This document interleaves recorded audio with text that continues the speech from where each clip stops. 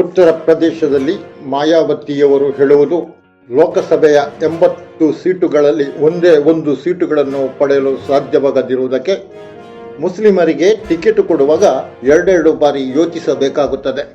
ಮುಸ್ಲಿಮರಿಂದಾಗಿ BSP ಒಂದೇ ಒಂದು seat ಗಳಿಸದಂತಾಗಿದೆ ಎಂದು ಈ ಮಹಿಳೆ ಯೋಚಿಸಲು ಸಾಧ್ಯವಾದ್ದು ಹೇಗೆ? ಉತ್ತರ ಪ್ರದೇಶದ ಜನರಲ್ಲಿ ಮಾಯಾವತಿಯ ಬಿಎಸ್ಪಿ ಬಿಜೆಪಿಯ ಬಿ ಟೀಮಿನಂತೆ ಕೆಲಸ ಮಾಡುತ್ತಿದೆ ಎನ್ನುವಂತಹ ಪ್ರಚಾರ ಬಹು ದೊಡ್ಡದಾಗಿ ಇತ್ತು. ಜೊತೆಗೆ ಅದು ನಿಜವೂ ಆಗಿತ್ತು ಎನ್ನುವಂತಹ ಬೆಳವಣಿಗೆಗಳೇ ನಡೆಯುತ್ತಿದ್ದವು. ತನ್ನ ಮತ್ತು ತನ್ನ ಪಾರ್ಟಿಯ ಘೋರ ವೈಫಲ್ಯವನ್ನು ಮುಸ್ಲಿಮರ ತಲೆಗೆ ಕಟ್ಟಲು ನೋಡುತ್ತಿರುವ ಮಾಯಾವತಿ ಖಂಡಿತವಾಗಿಯೂ ಇತಿಹಾಸದಲ್ಲಿ ದೊಡ್ಡ ತಪ್ಪನ್ನು ಮಾಡ್ತಾ ಇದ್ದಾರೆ. ಯಾಕೆಂದರೆ ಉತ್ತರ ಪ್ರದೇಶದಲ್ಲಿ ಕಾಂಗ್ರೆಸ್ ಗೆಲ್ಲುತ್ತಿದ್ದಾಗಲೂ ದಲಿತರು, ಹಿಂದುಳಿದ ವಿಭಾಗ, ಮುಸ್ಲಿಮರು ಸೇರಿ ಕಾಂಗ್ರೆಸ್ ಅನ್ನು ಗೆಲ್ಲಿಸುತ್ತಿದ್ದದ್ದು.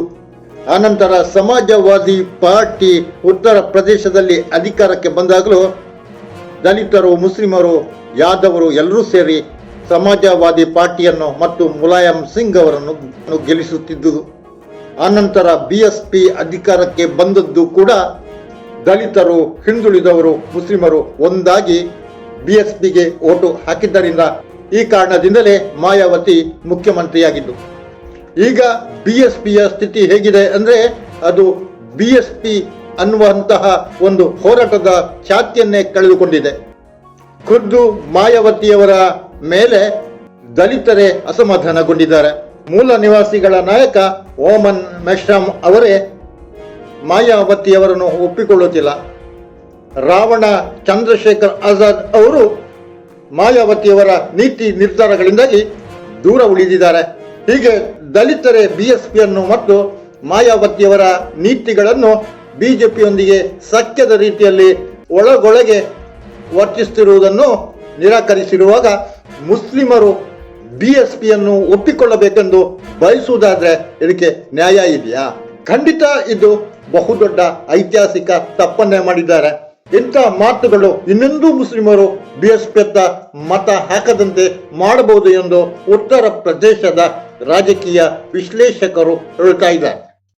ತಾನು ಮುಸ್ಲಿಂ ಸಮುದಾಯಕ್ಕೆ ಅರ್ಹವಾದ ಪ್ರಾತಿನಿಧ್ಯ ನೀಡಿಯೂ ಮುಸ್ಲಿಮರು ಬಿಎಸ್ಪಿಗೆ ಓಟು ನೀಡಿಲ್ಲ ಎಂದು ಮಾಯಾವತಿ ಮುಸ್ಲಿಮರ ವಿರುದ್ಧ ಗೂಬೆ ಕೂರಿಸುತ್ತಿದ್ದಾರೆ. ಅಲ್ಲ, ಮುಸ್ಲಿಮರಿಗೆ ಹುಚ್ಚುಂಟ? ಮುಸ್ಲಿಮರು ಬಿಎಸ್ಪಿಗೆ ಓಟು ಕೊಟ್ಟು ತಮ್ಮ ಮತಗಳನ್ನೇ ವಿಭಜಿಸಿ ಬಿಜೆಪಿಯನ್ನು ಗೆಲ್ಲುವಂತೆ ಮಾಡಲು ಬಯಸುತ್ತಾರ? ಮುಸ್ಲಿಮರು ಮಾತ್ರ ಅಲ್ಲ, ಸಂವಿಧಾನದ ವಿರುದ್ಧ ಕೊಡಲಿಯನ್ನ ಎತ್ತಿರುವ ಬಿಜೆಪಿಯವರ ವಿರುದ್ಧ ದಲಿತರು ಆಕ್ರೋಶಿತರಾಗಿದ್ದಾರೆ. ಬಿಎಸ್ಪಿ ಮುಸ್ಲಿಂ ಕ್ಯಾಂಡಿಡೇಟ್ಗಳನ್ನು ನಿಲ್ಲಿಸಿದಾಗ ಅವರಿಗೂ ಅರ್ಥ ಆಗಿದೆ ಇದು ಬಿಜೆಪಿಯನ್ನ ಅಧಿಕಾರಕ್ಕೆ ತರುವ ಪ್ಲಾನ್ ಎಂದು. ಹಾಗಾಗಿ ದಲಿತರು, ಹಿಂದುಳಿದವರು, ಮುಸ್ಲಿಮರು ಸೇರಿ ಮಾಯಾವತಿ ಮತ್ತು ಅವರ ಬಿಎಸ್ಪಿಯನ್ನ ತಿರಸ್ಕರಿಸಿದ್ದಾರೆ. 80 ಸೀಟುಗಳಲ್ಲಿ ಉತ್ತರ ಪ್ರದೇಶದಲ್ಲಿ ಒಂದೇ ಒಂದು ಸೀಟು ಗೆದ್ದೇ ಇಲ್ಲ. 2019ರ ಲೋಕಸಭಾ ಚುನಾವಣೆಯಲ್ಲಿ 10 ಸೀಟುಗಳನ್ನು ಗೆದ್ದಿದ್ದ ಪಾರ್ಟಿ ಬಿಎಸ್ಪಿ. ಆಗ ಕಾಂಗ್ರೆಸ್, ಅಖಿಲೇಶ್ ಯಾದವ್ ಮತ್ತು ಮಾಯಾವತಿ ಸೇರಿ ಗಠಬಂಧನ್ ಮಾಡಿಕೊಂಡು ಚುನಾವಣೆಗೆ ನಿಂತದ್ದು. ಅವತ್ತು ದಲಿತರು, ಮುಸ್ಲಿಮರು, ಹಿಂದುಳಿದವರು ಎಲ್ಲರೂ ಓಟು ಹಾಕಿದ್ರು. ಈಗ ಅವರು ಒಬ್ಬರೇ ಒಟ್ಟಿಗೆ ನಿಂತು ಗೆಲ್ಲಬೇಕೆಂದು ಬಯಸಿದ್ದು. ಅಂದರೆ ಓಟು ವಿಭಜನೆಯಾಗಿ ಬಿಜೆಪಿ ಗೆಲ್ಲುವಂತೆ ಆಗಬೇಕು ಎಂದು ಒಳಗೊಳಗೆ ಕಟ್ಟಿ ಮಸೆದದ್ದು. ಹಾಗಾಗಿ ಇದೆಲ್ಲವನ್ನು ಇವತ್ತು ಬುದ್ಧಿವಂತ ಮತದಾರ ಗುರುತಿಸಿದ್ದಾನೆ ಮತ್ತು ಬಿಎಸ್ಪಿಯನ್ನು ಉತ್ತರ ಪ್ರದೇಶದಲ್ಲಿ ತಿರಸ್ಕರಿಸಿದ್ದಾನೆ. ಅಖಿಲೇಶ್ ಯಾದವ್ ಮತ್ತು ಕಾಂಗ್ರೆಸ್ ಸಹಿತ ಇಂಡಿಯಾ ಕೂಟ ಇವತ್ತು 43 ಸೀಟುಗಳನ್ನ ಉತ್ತರ ಪ್ರದೇಶದ 80 ಸೀಟುಗಳಲ್ಲಿ ಗೆಲ್ಲಲು ಸಾಧ್ಯವಾಗಿದ್ದು. ಹೀಗೆ ಮಾಯಾವತಿಗೆ ಇದು ಗೊತ್ತಾಗಬೇಕು. ಮುಸ್ಲಿಮರನ್ನ ಟೀಕಿಸಿ ಮುಸ್ಲಿಮರ ವಿರುದ್ಧ ತನ್ನ ಸೋಲನ್ನು ಹೇಳಿಕೊಂಡು ತಿರುಗುವುದಕ್ಕಿಂತ ಆತ್ಮಾವಲೋಕನವನ್ನು ಮಾಡಬೇಕಾಗಿದೆ ಮತ್ತು ಬಿಜೆಪಿಯ ಗರಡಿಯಿಂದ ಹೊರಬರಲು ನೋಡಬೇಕಾಗಿದೆ.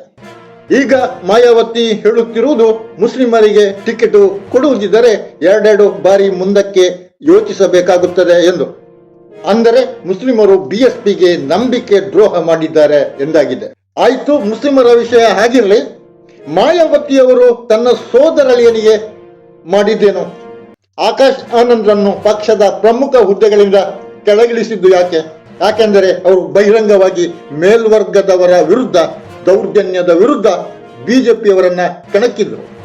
ಹಾಗಾಗಿ ಆಕಾಶ್ ಆನಂದ್ ತನ್ನ ಸೋದರಳಿಯನಾಗಿದ್ರು ಅವರನ್ನು ಪಕ್ಷದ ಪ್ರಮುಖ ಹುದ್ದೆಯಿಂದ ಕೆಳಗಿಳಿಸಲು ಮಾಯಾವತಿ ಹಿಂದೆ ಮುಂದೆ ನೋಡಿಲ್ಲ. ಅಂದ ಮೇಲೆ ಮಾಯಾವತಿ ಯಾರಿಗಾಗಿ ಕೆಲಸ ಮಾಡುತ್ತಿದ್ದಾರೆ, ಇದು ದಲಿತರಿಗೂ ಮುಸ್ಲಿಮರಿಗೂ ಅರ್ಥವಾಗಿರುತ್ತದೆ. ಯಾಕೆಂದ್ರೆ ದಲಿತರು ಮತ್ತು ಮುಸ್ಲಿಮರು ಸಮವಾಗಿ ಉತ್ತರ ಪ್ರದೇಶದಲ್ಲಿ ಇದ್ದಾರೆ. 20% ಎರಡು ವಿಭಾಗವೂ ಇವೆ. ಅವರು ಒಂದಾದಾಗ ಯಾದವ ಓಟುಗಳು ಸೇರಿದಾಗ ಇವತ್ತು ಇಂಡಿಯಾ ಕೂಟ 80 ಸೀಟುಗಳಲ್ಲಿ 40ಕ್ಕೂ ಹೆಚ್ಚು ಸೀಟುಗಳನ್ನು ಈ ಲೋಕಸಭಾ ಚುನಾವಣೆಯಲ್ಲಿ ಪಡೆಯಲು ಸಾಧ್ಯವಾಗಿದ್ದು, ಮಾಯಾವತಿ ಅರ್ಥ ಮಾಡಿಕೊಳ್ಳಬೇಕಾದ್ದು ಒಂದೇ, ಬಿಜೆಪಿಯ ಹಿಂದುತ್ವದ ಅಡಿಯಲ್ಲಿ ಕೂರುವುದಕ್ಕಿಂತ ಸಮಾಜವಾದಿಗಳ ಮುನ್ನೆಲೆಗೆ ಬಂದು ನಿಲ್ಲಬೇಕು. ಮುಸ್ಲಿಮರು ದಲಿತರು ಒಂದಾಗಿಯೇ ಚಂದ್ರಶೇಖರ್ ಆಜಾದ್ ಅವರನ್ನು ಉತ್ತರ ಪ್ರದೇಶದ ನಗೀನಾ ಸೀಟ್ನಲ್ಲಿ ಗೆಲ್ಲಿಸಿದ್ದಾರೆ. ಇದರರ್ಥ ಮುಸ್ಲಿಮರು ಮತ್ತು ದಲಿತರು ಈಗಲೂ ಸಾಮಾಜಿಕ ನ್ಯಾಯದ ಪರವಾಗಿಯೇ ಎದ್ದು ನಿಂತಿದ್ದಾರೆ ಮತ್ತು ಕೆಲಸ ಮಾಡ್ತಿದ್ದಾರೆ. ಅಂತವರನ್ನು ಹುಡುಕಿ ಗೆಲ್ಲಿಸುತ್ತಾರೆ. ಹಾಗೆ ಮಾಯಾವತಿ ಈಗ ಮಾಡುತ್ತಿಲ್ಲ. ಆದ್ದರಿಂದ ಅವರ ಬಿಎಸ್ಪಿಯನ್ನ ಮನೆಗಳಿಸಿದ್ದಾರೆ. 2024ರಲ್ಲಿ ಇಂಡಿಯಾ ಕೂಟದವರು ಮನೆಯ ಬಾಗಿಲಿಗೆ ಬಂದು ಮೈತ್ರಿ ಮಾಡಿಕೊಳ್ಳೋಣ, ಸಖ್ಯ ಮಾಡಿಕೊಳ್ಳೋಣ, ಇಂಡಿಯಾ ಕೂಟಕ್ಕೆ ಸೇರಿ ಎಂದಾಗಲೂ ತಾನು ಒಬ್ಬಳೇ ಸ್ಪರ್ಧಿಸುವುದು. 2019ರ 10 ಸೀಟುಗಳನ್ನ ನೆನೆದುಕೊಂಡು ಹೇಳಿದ್ದಾರೆ, ಅಥವಾ ಬಿಜೆಪಿ ಗಾಳ ಹಾಕಿ ಎಳೆದು ಇಟ್ಟಿತ ಏನೋ ಗೊತ್ತಿಲ್ಲ. ಈಗ ಏನಾಯ್ತು, ಈಗ 80 ಸೀಟುಗಳಲ್ಲಿ ಒಂದೇ ಒಂದು ಸೀಟುಗಳನ್ನು ಕೂಡ ಪಡೆಯಲು ಸಾಧ್ಯ ಆಗಿಲ್ಲ. ಬಿಜೆಪಿಯ ಮಾತು ಕೇಳಿ ಹೀಗಾಗಿದೆ ಎಂದು ಉತ್ತರ ಪ್ರದೇಶದ ಜನರು ಹೇಳ್ತಾ ಇದ್ದಾರೆ. ಬಹಳ ಸುಲಭವಾಗಿ ಮುಸ್ಲಿಮರ ತಲೆಗೆ ತನ್ನ ಪಾರ್ಟಿಯ ಸೋಲನ್ನು ಕಟ್ಟಿ ಮಾಯಾವತಿ ನಿಶ್ಚಿಂತವಾಗಿ ಕುಳಿತು ಬಿಡುತ್ತಿದ್ದಾರೆ.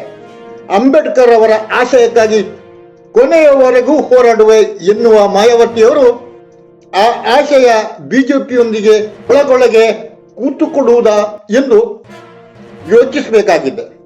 ಬಾಯಲ್ಲಿ ಅಂಬೇಡ್ಕರ್ರನ್ನ ಹೇಳಿದ್ರೆ ಸಾಲದು, ಚಂದ್ರಶೇಖರ್ ಆಜಾದ್ರಂತೆ ಇವತ್ತು ಉತ್ತರ ಪ್ರದೇಶದಲ್ಲಿ ಯಾವುದೇ ಸಮುದಾಯಕ್ಕೂ ಕಷ್ಟವಾದ್ರೆ ಓಡೋಡಿ ತಲುಪಲಿಕ್ಕೆ ಸಾಧ್ಯ ಆಗಬೇಕು. ಅದು ಮಾಯಾವತಿಯಿಂದ ಆಗಿಲ್ಲ. ಮಾಯಾವತಿ ಬಿಎಸ್ಪಿಯಲ್ಲಿ ಮುಸ್ಲಿಂ ಅಭ್ಯರ್ಥಿಗಳನ್ನೇ ಹೆಚ್ಚು ನಿಲ್ಲಿಸಿದ್ದು ಇಂಡಿಯಾ ಕೂಟದ ಮತ ವಿಭಜನೆ ಆಗಬೇಕೆಂದು ಜನರು ಗುರುತಿಸಿದ್ದಾರೆ, ದಲಿತರು ಗುರುತಿಸಿದ್ದಾರೆ, ಹಿಂದುಳಿದವರು ಗುರುತಿಸಿದ್ದಾರೆ. ಆದ್ದರಿಂದ ಬಿಎಸ್ಪಿ ಚುನಾವಣಾ ಕಣದಲ್ಲಿ ಪೈಪೋಟಿಯೇ ಇಲ್ಲದೆ ಮೂಲೆಗೆ ಸರಿಯುವಂತಾಗಿದೆ. ವೀಕ್ಷಕರೇ, ನಿಮ್ಮ ಅಭಿಪ್ರಾಯ ಏನು? ಸುದ್ದಿಗೊಂದು ಗುದ್ದು ಕಾರ್ಯಕ್ರಮದಲ್ಲಿ ಈ ಹೊತ್ತಿನ ಚರ್ಚೆ ಇಷ್ಟೇ. ಇನ್ನೊಂದು ಕಾರ್ಯಕ್ರಮದೊಂದಿಗೆ ಇನ್ನೊಮ್ಮೆ ನಿಮ್ಮ ಮುಂದೆ ಜೈ ಭಾರತ್.